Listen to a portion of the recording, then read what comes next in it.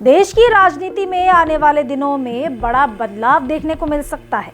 केंद्र की मोदी सरकार परिसीमन और महिला आरक्षण से जुड़े अहम संविधान संशोधन विधेयकों को पारित कराने की तैयारी में जुट गई है। इन विधेयकों को लेकर सरकार संसद में अपनी रणनीति को अंतिम रूप देने में लगी हुई है। सूत्रों के मुताबिक 13 अगस्त को संसद का मानसून सत्र खत्म होने के बाद सरकार औपचारिक सत्रावसान नहीं करने की योजना बना रही है। इसके बजाय 17 अगस्त से 3 दिनों का विशेष सत्र बुलाने की रणनीति पर काम किया जा रहा है। सरकार का मुख्य लक्ष्य इन दूरगामी प्रभाव वाले विधेयकों को पारित कराने के लिए संसद के दोनों सदनों में जरूरी 2/3 बहुमत हासिल करना है। प्रस्तावित संविधान संशोधन विधेयक के प्रावधानों को लेकर जो जानकारी सामने आ रही है, उसके अनुसार देश के राजनीतिक नक्शे में बड़ा बदलाव संभव है। सूत्रों का कहना है कि संशोधन में लोकसभा और विधानसभा सीटों की संख्या में करीब 50% तक बढ़ोतरी का प्रावधान किया जा सकता है। इसके साथ ही सबसे महत्वपूर्ण प्रस्ताव महिलाओं को 33% आरक्षण देने से जुड़ा है।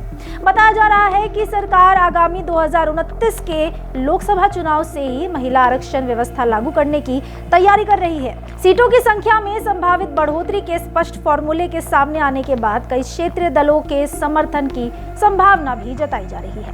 संसद में जारी गतिरोध को खत्म करने और महत्वपूर्ण विधेयकों पर सहमति बनाने की कोशिश के बीच संसदीय कार्य मंत्री किरेन रिजिजू ने लोकसभा में नेता प्रतिपक्ष राहुल गांधी से मुलाकात की। यह बैठक करीब 50 मिनट तक चली। इस दौरान कांग्रेस सांसद प्रियंका गांधी भी मौजूद रही। सूत्रों के अनुसार बैठक में किरेन रिजिजू ने परिसीमन और महिला आरक्षण विधेयक पर कांग्रेस से समर्थन मांगा।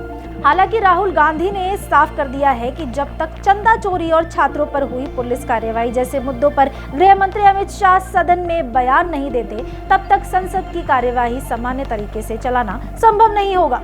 संविधान संशोधन विधेयक को पारित कराने के लिए संसद के दोनों सदनों में 2/3 बहुमत जरूरी होता है। ऐसे में सरकार लगातार राजनीतिक दलों से बातचीत कर समर्थन जुटाने की कोशिश कर रही है। सरकार के सामने फिलहाल 2 विकल्प बताए जा रहे हैं। पहला विकल्प ये है कि विपक्ष के साथ बातचीत कर मॉनसून सत्र के आखिरी सप्ताह में ही विधेयक पेश किया जाए। दूसरा विकल्प 15 अगस्त के बाद 17 अगस्त से 3 दिनों का विशेष सत्र बुलाकर इन विधेयकों को आगे बढ़ाने का है।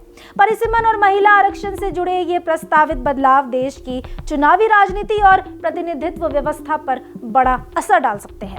अब नजर इस बात पर होगी कि सरकार संसद में जरूरी समर्थन जुटाने में कितनी सफल होती है और विपक्ष इस पर क्या रुख अपनाता है। फिलहाल इस जानकारी में इतना ही। ऐसे तमाम खबरों के लिए देखते रहिए भारत एक्सप्रेस।